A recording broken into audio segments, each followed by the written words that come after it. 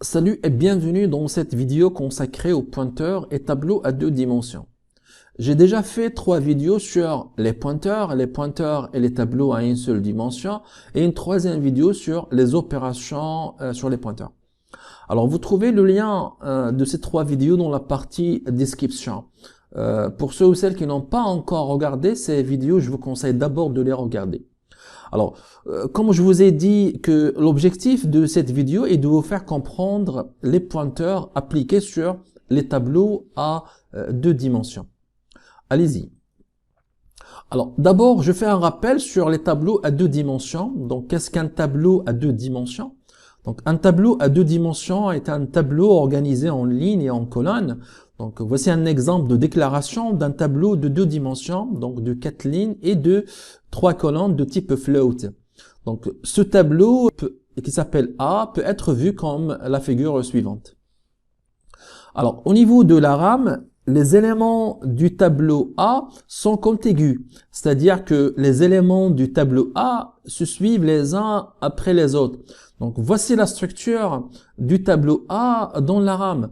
Donc, les 3 premières cases représentent la première ligne, les cases 4, 5 et 6 représentent la deuxième ligne, etc., etc. Pour parcourir un tableau de 2 dimensions, donc, nous utilisons 2 indices. Un indice pour parcourir les lignes et un autre indice pour parcourir les colonnes. Alors, soit l'exemple suivant. Donc, ici, nous déclarons un tableau M de 2 dimensions, de 4 lignes et de 10 colonnes, initialisé par des valeurs. Donc, les instructions suivantes permettent d'afficher le tableau M. Donc ici, nous utilisons 2 boucles, donc une boucle pour parcourir les lignes et une boucle pour parcourir les colonnes. Passons maintenant aux pointeurs et tableaux à 2 dimensions. Alors, soit l'exemple suivant pour mieux comprendre les pointeurs appliqués au tableau à 2 dimensions. Alors, soit la liste des instructions, donc, et dans l'instruction 1, nous déclarons un tableau d'entier de 2 dimensions appelé M, de 4 lignes et de 10 colonnes. Ce tableau M est initialisé par des valeurs au moment de la déclaration. Dans l'instruction 2, nous déclarons un indice nommé I pour parcourir le tableau M. Vous allez poser la question, pourquoi un seul indice et pas 2 indices? Effectivement, nous allons utiliser qu'un seul indice. Pourquoi? Vous allez comprendre. Donc, dans l'instruction 3, nous déclarons un pointeur qui s'appelle PM. Alors, dans l'instruction 4, donc nous affectons le pointeur M, nous affectons le tableau M au pointeur PM. Donc, M correspond à l'adresse du début du tableau M. Et le début du tableau M, c'est-à-dire la première case, c'est M de 0 de 0. C'est-à-dire que nous allons affecter et commercial M de 0 de 0 au pointeur PM. Donc nous pouvons écrire PM, le pointeur reçoit et commercial M de 0 de 0, c'est-à-dire l'adresse du premier élément de notre tableau à 2 dimensions. Donc ainsi, nous avons au niveau de la rame les variables suivantes. Nous avons notre tableau M avec les cas contigus et nous avons notre pointeur PM qui pointe sur le début de notre tableau M.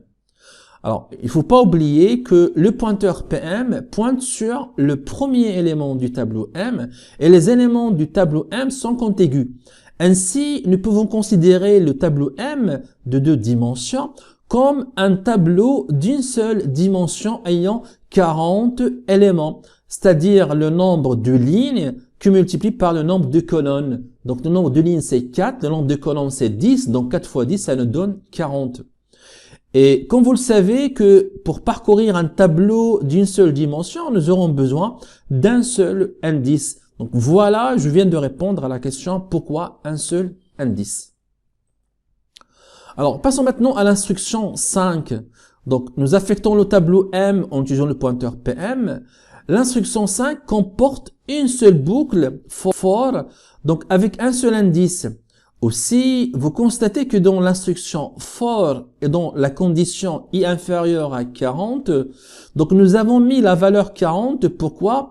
Donc nous avons dit qu'un tableau de 2 dimensions, donc ces éléments qui sont contigus, et pour le parcourir avec un pointeur, il suffit de le considérer comme un tableau d'une seule dimension. Avec combien d'éléments? Donc le nombre d'éléments qui est égal au nombre de lignes fois au nombre de colonnes, donc ce qui nous donne 40. Alors pour notre cas, nous avons 4 lignes et 10 colonnes, c'est-à-dire nous avons 40 éléments.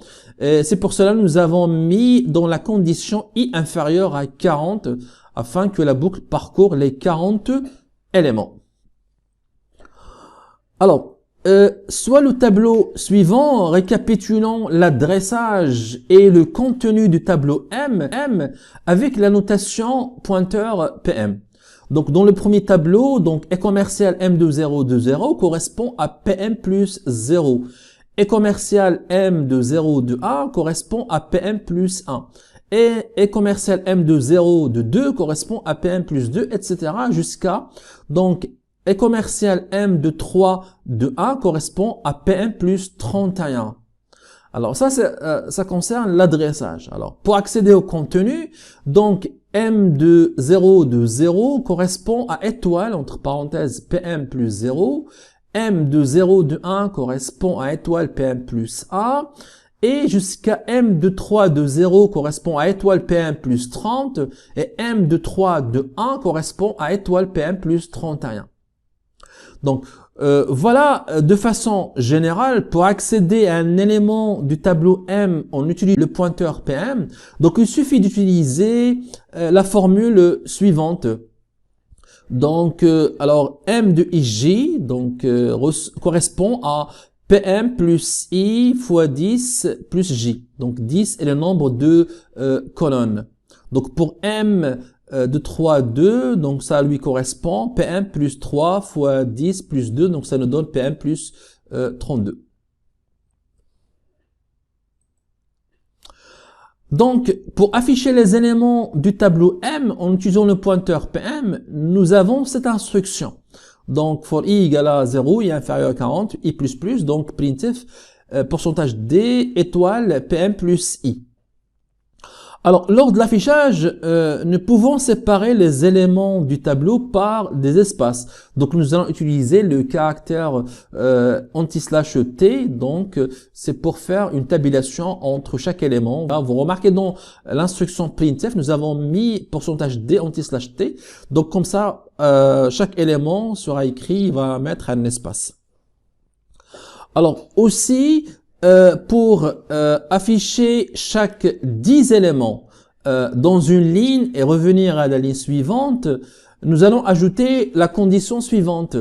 Donc, if i pourcentage 10 égale à 0, donc printf anti/n. L'idée, c'est quoi? C'est là, c'est question d'affichage. Alors, on veut afficher chaque 10 éléments du tableau dans une ligne, ensuite on revient à la ligne suivante. Donc, il faut ajouter cette condition, c'est if, donc if i inférieur, plutôt pourcentage 10 égale à 0, printf anti/n, ça veut dire revient à la ligne. Donc, voilà notre instruction for permettant d'afficher les éléments du tableau en utilisant le pointeur PM après chaque affichage d'une ligne du tableau M. Donc, il faut revenir à la ligne suivante. Donc, voici notre boucle. Alors, voici le programme complet permettant d'afficher un tableau de 2 dimensions en utilisant un pointeur qui s'appelle ici PM. Voilà, j'arrive à la fin de cette vidéo consacrée au pointeur et au tableau à 2 dimensions. Donc merci d'avoir regardé cette vidéo et j'espère qu'il vous a permis de mieux comprendre l'application des pointeurs sur des tableaux à 2 dimensions. Donc merci encore une fois et à bientôt.